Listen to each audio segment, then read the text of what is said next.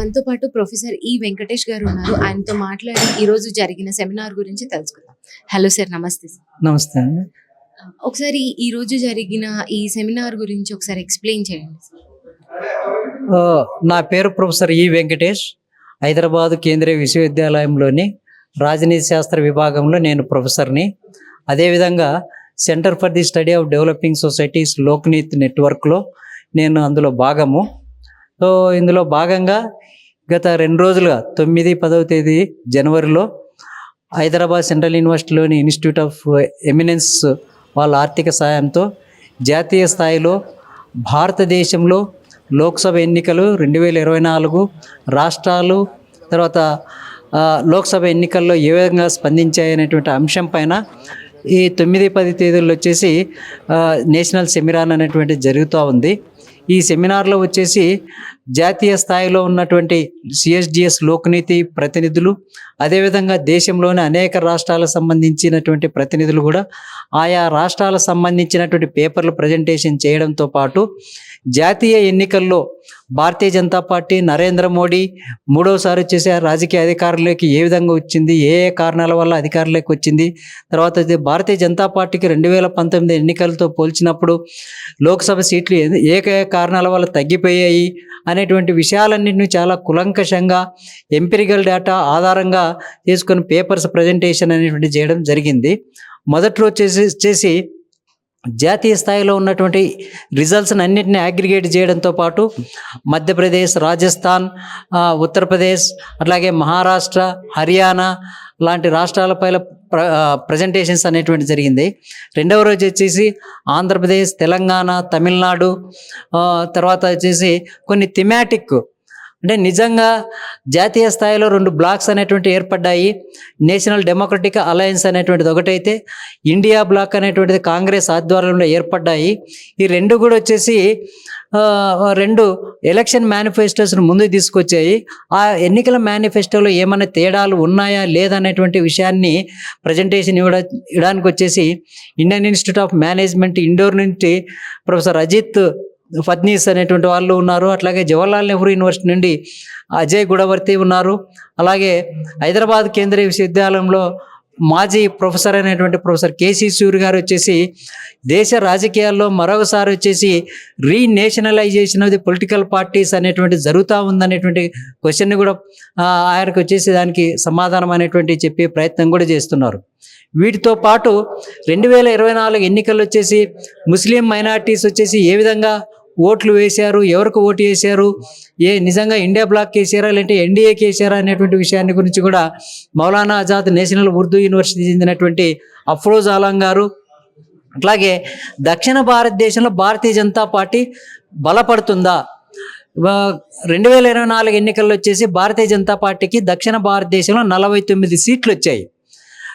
ఈ బీజేపీ నాయకత్వంలో ఉన్నటువంటి ఎన్డీఏకు దక్షిణ భారతదేశంలో మొదటిసారిగా ఇన్ని సీట్లు రావడానికి, అట్లాగే ఓటు శాతం అనేటువంటి దాన్ని పెరగడానికి కారణాలు ఏంటనేటువంటి దానికి సంబంధించి కర్ణాటకలో ఏ విధంగా బీజేపీ బలపడింది, తర్వాత కేరళలో ఏ విధంగా ఒక సీటుని గెలవగలిగింది, తమిళనాడులో 11% ఓటు షేర్ని ఏ విధంగా పెంపొందించుకోగలిగింది, ఆంధ్రప్రదేశ్లో మరి ఎలక్షన్ అలయన్స్ అనేటువంటిది లోకల్ రీజనల్ పొలిటికల్ పార్టీ అనేటువంటి తెలుగుదేశం పార్టీ, జనసేన లాంటి పార్టీలతో డైనాస్టిక్ పొలిటికల్ పార్టీస్తో అలయన్స్ అనేటువంటి ఉండడము అనేటువంటి ఒక స్ట్రాటజీ అయితే, తెలంగాణలో వచ్చేసి ఒక పక్క వెనుకబడిన కులాల వాళ్ళని వచ్చేసి నాయకత్వ స్థానంలో కూర్చోబెట్టడము, అట్లాగే భారత రాష్ట్ర సమితి లేదా ఒకప్పటి తెలంగాణ రాష్ట్ర సమితి పోతూ ఉండడం వల్ల నాకు బీజేపీ తెలంగాణ రాష్ట్రంలో బలపడుతుందా అనేటువంటి విషయాలన్నింటినీ కూడా చాలా సూక్ష్మ స్థాయిలో చాలా లోతుగా వెళ్ళి విశ్లేషించడం అనేటువంటిది జరుగుతూ ఉంది.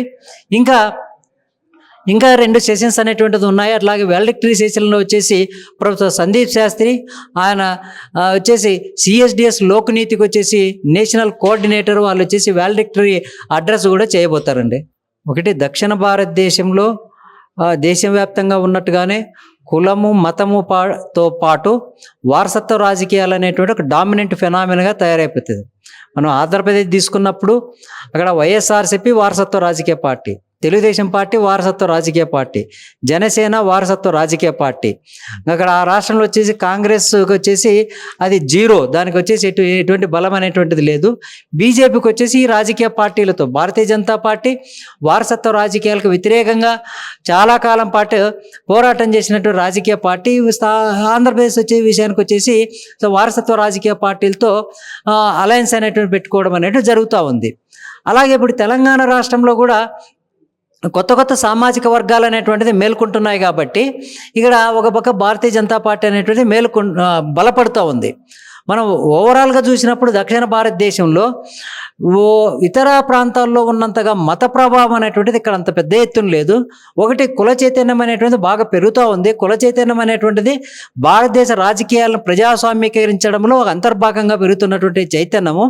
అయితే దక్షిణ భారతదేశంలో ప్రధానంగా ఇక్కడ మానవాభివృద్ధి, సామాజికాభివృద్ధి అనేటువంటి చాలా ఎక్కువగా ఉంది కాబట్టి ఇక్కడ జనం వచ్చేసి ఎక్కువ కూడా సంక్షేమ కార్యక్రమాల వైపు ఎక్కువ చూపగలుగుతున్నారు. అట్లాగే ఏ రాజకీయ నాయకుడైతే ప్రజల దగ్గరగా ఉంటారో అటువంటి వాళ్ళ వైపు మొగ్గు చూపుతున్నారు. ఒకవేళ వాళ్ళు వారసత్వ రాజకీయాల నుంచి వచ్చినా కూడా మనం ఉదాహరణకు వచ్చేసి పాదయాత్ర అనేటువంటి చేయకుండా కొన్ని రాష్ట్రాల్లో కొన్ని రాజకీయ పార్టీలు గెలపనేటువంటిది అసాధ్యమైనటువంటి పరిస్థితి వాళ్ళు వచ్చింది. అందుకని కొన్ని వేల కిలోమీటర్ల పాటు ఆ రాష్ట్రంలో కొన్ని రాష్ట్రాల్లో వచ్చేసి రాజకీయ నాయకులు పాదయాత్రలు చేయడం అనేటువంటి అవసరం వస్తుంది. ఎక్కడో మతాన్ని అడ్డం పెట్టుకున్న, కులాన్ని అడ్డం పెట్టుకున్న, ప్రాంతాన్ని అడ్డం పెట్టుకుని మాత్రమే రాజకీయం చేస్తే దక్షిణ భారతదేశంలో ఓట్లు వేస్తారనుకోవడం అది పెద్ద భ్రమ. ఇక్కడ ఒకటి నాయకత్వం అనేటువంటి ప్రజల దగ్గరగా ఉండాలి, ప్రజల అనుకూలంగా, ప్రజలకు అవసరాలకు అనుగుణంగా వాళ్ళ సంక్షేమ కార్యక్రమాలు ఒకటైతే అభివృద్ధి కార్యక్రమాలన్నింటినీ కూడా చేపట్టాలనేటువంటి దానివల్ల ప్రధానమైనటువంటి ధ్యాస జనం పెడుతున్నారే కానీ ఈ చిన్న చిన్న విషయాలు అనేటువంటి దాన్ని పక్కన పెట్టి కులం అనేటువంటి దాన్ని, మతం అనేటువంటి దాన్ని దక్షిణ భారతదేశంలో ప్రధానంగా మాకున్న జనాభాకు అనుగుణంగా మాకు అంత వాటా వస్తుందా రాదనేటువంటి అంశానికి సంబంధించి మాత్రమే లేవనెత్తుతున్నారు. కానీ వీటిని ఒక పెడద్రోవ పట్టిస్తూ కులాల ఆధారంగా, మతం ఆధారంగా జనాలను రెచ్చగొడుతూ పెడద్రోవ పట్టిస్తూ ఓట్లు అడగడం అనేటువంటి దక్షిణ భారతదేశంలో చాలా తక్కువ. రాజకీయ పార్టీల మధ్య సంక్షేమ కార్యక్రమాలకు సంబంధించి పోటీ ఉంది, అభివృద్ధికి సంబంధించి పోటీ ఉంది. అంటే ఇందులో కొంత పెడదొరలు ఏంటంటే ఆధిపత్య కులాలకు ఆధిపత్యం ఉంది, అట్లాగే వారసత్వ రాజకీయాలు అనేటువంటి కొనసాగుతున్నాయి. వీటన్నిటి నుంచి డబ్బు అనేటువంటిది విపరీతంగా చాలా విశృంఖలంగా ఎన్నికల్లో ఖర్చు చేయడం అనేటువంటి జరుగుతూ ఉంది. అందుకని వందల వేల కోట్లు ఖర్చు చేయడం అనేటువంటి ఎన్నికల్లో దక్షిణ భారతదేశంలో వచ్చి చాలా సర్వసాధారణమైనటువంటి విషయం అనేటువంటిది చాలామంది తేల్చి చెప్తున్నారు. అట్లాగే సోషల్ మీడియా, ప్రింట్ మీడియాలో, ఎలక్ట్రానిక్ మీడియాలో కూడా చర్చ అనేటువంటిది జరుగుతూ ఉంది. కాబట్టి ఆర్థిక అంశాలు అనేటువంటిది, ప్రాతినిధ్యానికి సంబంధించినటువంటి అంశాలు, ప్రభుత్వ పాలనకు సంబంధించినటువంటి అంశాలు, సంక్షేమానికి సంబంధించినటువంటి విషయాలు చాలా కీలకమైనటువంటి పాత్రను మన దక్షిణ భారతదేశంలో జరుగుతూ ఉందండి. మనతో పాటు ప్రొఫెసర్ వాగీషన్ గారు ఉన్నారు, ఆయనతో మాట్లాడదాం. And Andhra politics and Telangana politics గురించి ఆయనతో మాట్లాడి మరిన్ని విశేషాలు తెలుసుకుందాం. హలో సార్, నమస్తే సార్. నమస్తే అమ్మా. ఇప్పుడు తెలంగాణ పాలిటిక్స్ లో చూస్తే కేసీఆర్ గారు మొన్న జరిగిన ఎలక్షన్స్ లో ఓడిపోయారు. ఇప్పుడు ప్రస్తుతం రేవంత్ రెడ్డి గారి ప్రభుత్వం నడుస్తుంది. మీరేమనుకుంటున్నారు సార్? అంటే కేసీఆర్ గారు ఓడిపోవడానికి అండ్ రేవంత్ రెడ్డి గారు గెలవడానికి కారణాలు ఏంటి? అండ్ ఇప్పుడు గెలిచిన ప్రభుత్వం ఎలా ఉంది సార్? ఈ పాలన అదంతా ఎలా అనిపిస్తుంది? తెలంగాణ రాష్ట్ర సమితి లేక బీఆర్ఎస్ అధికారంలో నుంచి పోవడానికి విపరీతమైన కేంద్రీకృత పరిపాలన అనేది ఒక ప్రధానమైన కారణం.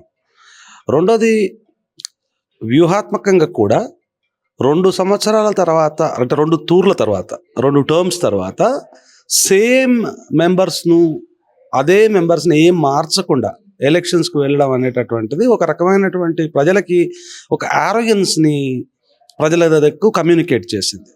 సో దాంతో ఆయన ఇంతో అంతో వెల్ఫేరు తర్వాత మాట్లాడినప్పటికీ ఈ ఆరోగెన్స్ ఒకటి నెగటివ్గా పనిచేసింది. ఇక రెండోది, బయటికి ఎక్కువగా కనిపించనివి, బయటికి ఎక్కువగా ప్రచారం అవ్వనివి, గ్రామీణ ప్రాంతాల్లో భూమి సమస్య, గ్రామీణ ప్రాంతాల్లో ఈ రైతు బంధువు లాంటి వ్యవహారాన్ని తెచ్చినప్పటికీ దాని మీద ఒక సరైన సీలింగ్ లేకపోవడం, భూమి సర్వే లాంటి వ్యవహారాలు చేయకపోవడం, కౌలు రైతులు, ఇటువంటి అనేక అంశాలు గ్రామీణ ప్రాంతాల్లో 10 ఏళ్లలో క్యాస్కేడ్ అయినాయి. అట్లనే ఉద్యోగాలకు సంబంధించిన విషయంలో కూడా, ముఖ్యంగా టీచర్స్ ఇట్లాంటి ఏరియాల్లో ఉండేటటువంటి ఉద్యోగాల విషయంలో కూడా చాలా చూపవలసినంత చొరవ చూపలేదనేటటువంటి ఒక సెన్స్ ప్రివేల్ అయింది.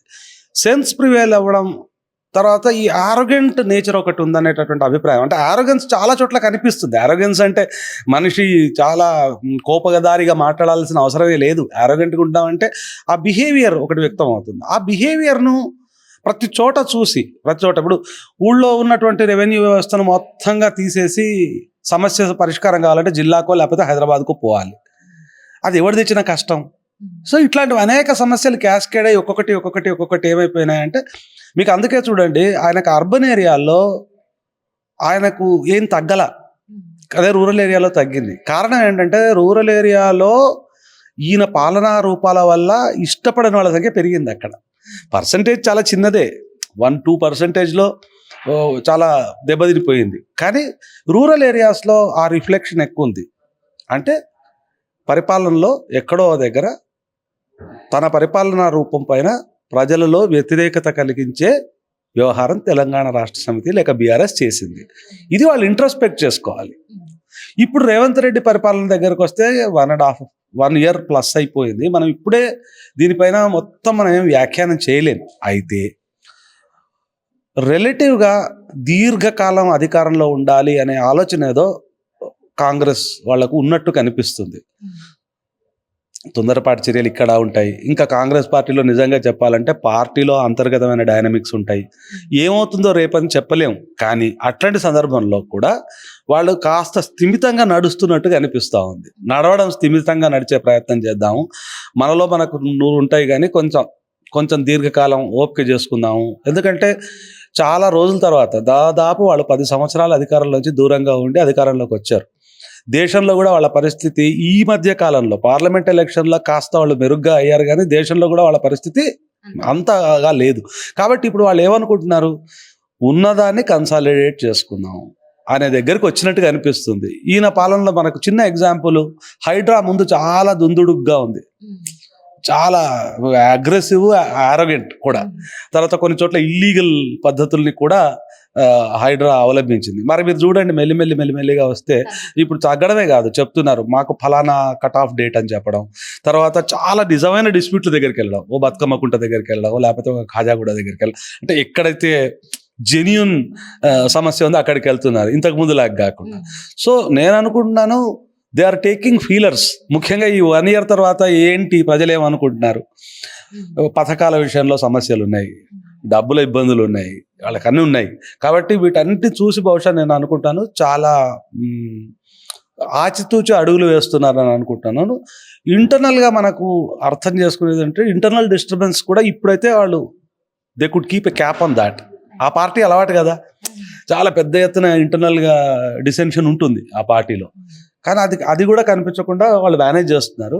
I think it is too early to comment, but then దీర్ఘకాలం ఉండాలి. మేమైతే ఏదో వచ్చిన అవకాశాన్ని చెడగొట్టుకోకూడదు అన్న సెన్స్ మాత్రం ఏదో వాళ్ళలో కనిపిస్తుంది. ఆంధ్రాలో చూసుకుంటే సంక్షేమానికి పెద్దపీట వేశాడు వైఎస్ జగన్ అంటూనే అభివృద్ధి జరగలేదంటూ వైఎస్ జగన్ పార్టీ ఓడిపోవడం అయితే జరిగింది సార్, వైఎస్ఆర్సీపీ.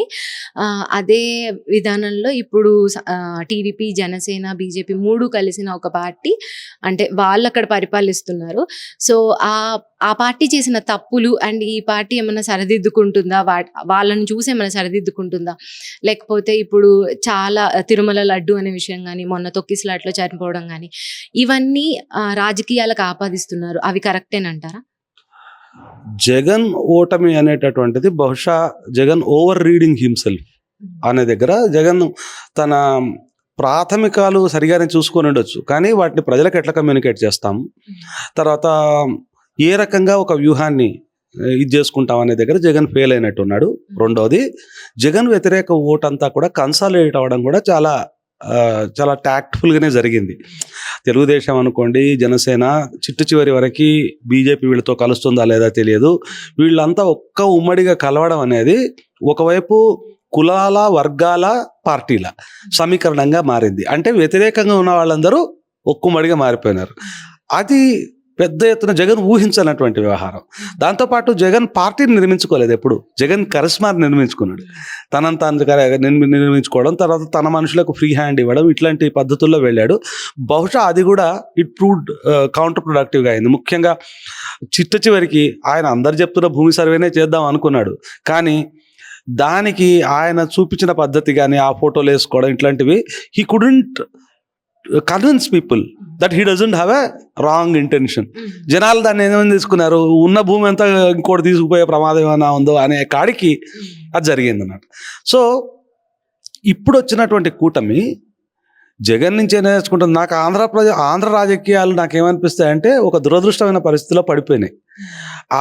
అక్కడి నుంచి ఆంధ్ర రాజకీయాలు తమను తాము ఏ రూపంలోకి మార్చుకుంటాయి అనేటటువంటి కాలం నిర్ణయించాలి. ఇప్పుడు ఆ కక్ష కార్పణ్యాల రాజకీయం ఇంతకుముందు ఎప్పుడూ తెలుగు నేలలో లేదు, ఇంత లేదు. చంద్రబాబు ఒక రకమైన భాష మాట్లాడేవాడు కాదు. చంద్రబాబు కూడా చాలా విచిత్రంగా చాలా తక్కువ స్థాయి రాజకీయ భాష మాట్లాడే పరిస్థితికి ఆంధ్ర రాజకీయాలు దిగాయి. కూటమి ఈ విషయాన్ని గుర్తుపెట్టుకోవాలి.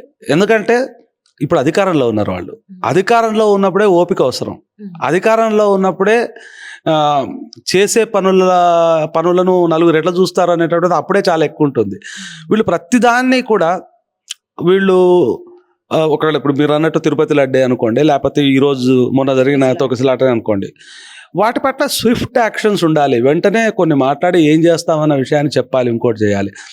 కాకపోతే క్రమేణా ఆంధ్ర రాజకీయాలు ఒక రకమైన పోలరైజేషన్లోకి వెళ్ళిపోతున్నాయేమో అని ఒక భయంగా ఉంది. ఇది ఏ రాష్ట్రానికి కూడా మంచిది కాదు. ఈ రకమైన అంటే ఒక రకమైనటువంటి కాస్ట్ పోలరైజేషన్ అనుకోండి, లేకపోతే అది కమ్యూనల్ పోలరైజేషన్ అనుకోండి. మొన్న విశ్వ హిందూ పరిషత్ వాళ్ళు ఒక పెద్ద సభ చేశారు, మా గుళ్ళు మాకు కావాలి, ఇలాంటి ఒక హిందూ మహాసభ లాంటిది పెట్టుకున్నారు. ఇవన్నీ అంతిమంగా పోలరైజేషన్కి దారితీస్తాయి. బహుళత్వం ఉండే సమాజాల్లో పోలరైజేషన్ ప్రమాదకరం. అందులో తెలుగు నేలలో ఈ పోలరైజేషన్స్ ఇంకా డేంజరస్.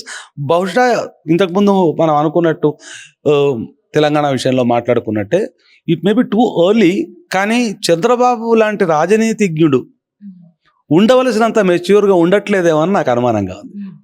ఇప్పుడు ఈ 2024 తర్వాత వచ్చిన ఎలక్షన్స్, జనరల్ ఎలక్షన్స్ తర్వాత వచ్చిన అసెంబ్లీ ఎలక్షన్ విశ్లేషణ జరుగుతుంది ఇక్కడ. ఎందుకు ఇప్పుడు బీజేపీ ఒక డామినెంట్ పార్టీగా గత 10 ఏళ్లుగా వచ్చింది. రీజనల్ స్టేట్ లెవెల్ అసెంబ్లీ లెవెల్లో ఎలక్షన్స్ తేడాలు చాలా వేరియేషన్స్ ఉన్నాయి. కొన్ని చోట్ల బీజేపీ గెలుస్తుంది, కొన్ని చోట్ల ఓడిపోతుంది. మరి దీని సంగతి ఏమిటి? అలాగే ముస్లిమ్స్ ఓటింగ్ ప్యాటర్న్స్ ఎలా ఉన్నాయి? వాళ్ళకు సీట్స్ రిప్రజెంటేషన్ తగ్గిపోతుంది, వాళ్ళ ఓటింగ్ పార్టిసిపేషన్ కూడా తగ్గిపోతుందని ఈరోజు పేపర్ ప్రజెంటేషన్లో చెప్పారు. అలానే దళిత్ బహుజనులు, మనం ఒక అంబేద్కర్ రైట్ అనుకున్న దళిత్ బహుజనులు మరి హిందుత్వ ఒక బ్రాహ్మణికల్ ఫోర్స్ అనుకుంటున్న వైపు మొగ్గు చూపుతున్నారు. దానికి కారణాలు ఏమిటి? ఎందుకు మరి హిందుత్వ బీజేపీ ఆర్ఎస్ఎస్కి ఓటేస్తున్నారు అనేది కూడా ఒక చాలా పెద్ద ప్రశ్నగా ఈ సెమినార్లో ఈరోజు మేము డిస్కషన్ చేయడం జరిగింది.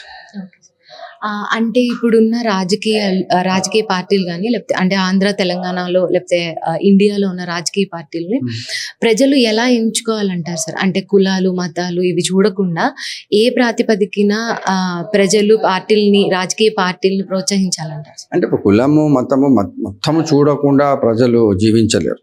కులము మతం అనేది కల్చర్, వాళ్ళ సంస్కృతిలో భాగంగా ఉంటుంది. కాబట్టి వీటిని మనం కంప్లీట్గా ఖండించి కంప్లీట్గా వాటిని ఎలిమినేట్ చేయలేము. బట్ వాటికి ఒక ప్రోగ్రెసివ్ కంటెంట్ ఉండాలి.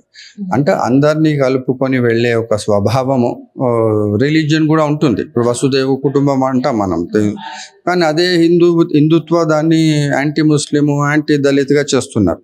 సో మనం రిలీజియన్ని ఖండించే కన్నా రిలీజియన్ని ప్రోగ్రెసివ్గా ఎలా వాడుకోవాలి? అదే కులంలో కూడా అంబేద్కర్ చెప్పినట్టు కుల నిర్మూలన చేయడం మన ఫైనల్ గోల్. బట్ ఈ ఇంటర్మీడియట్ స్టెప్లో కులం కూడా ఒక యూస్ఫుల్ టూల్గా ప్రజలు అనుకుంటున్నారు, కానీ కులాన్ని వాడుతున్నారు.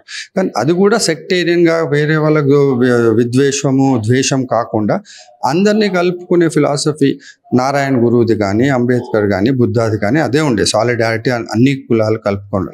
దాన్నే మనం చేయాలనే ప్రయత్నం చేసుకోవాలి. హాయ్, దిస్ ఈస్ హారతి ఫ్రమ్ పొలిటికోస్.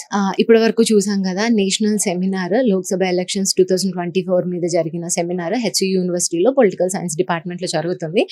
దీనికి నేషనల్ వైడ్గా ఉన్న పొలిటికల్ సైన్స్ ప్రొఫెసర్స్ అందరూ ఈ సెమినార్కి విచ్చేశారు. అండ్ 2024లో లోక్సభ ఎలక్షన్స్లో ఎలక్షన్ స్ట్రాటజీస్ ఏం పాటించాయి, వివిధ పార్టీలు ఏ స్ట్రాటజీస్ని యూజ్ చేసుకొని గెలిచాయి, లేకపోతే ఏ పార్టీస్ యూజ్ చేసుకొని ఓడిపోయాయి, ఏ విషయాల మీద దృష్టి పెట్టారు, వీటన్నిటి మీద ఇక్కడ నేషనల్ సెమినార్లో విశ్లేషణ జరిగింది. అండ్ ఒక రకం కాదు, అన్ని వేస్లో, అంటే ఇప్పుడు ప్రజలు రాజకీయ పార్టీలని, రాజకీయ నాయకుల్ని ఒక వేలో చూస్తారు, రాజకీయ నాయకులు ప్రజల్ని ఒక వేలో చూస్తారు. కానీ ఈ ఇద్దరి మధ్య రిలేషన్ ఎలా ఉంది, దాని త్రూ ఇండియా ఎలా బిల్డ్ అవుతుంది, రాజకీయ పరంగా ఎలా బిల్డ్ అవుతుంది అనే దాని మీద ఇక్కడ ప్రొఫెసర్స్, అంటే ఇది మూడో కోణం అనమాట.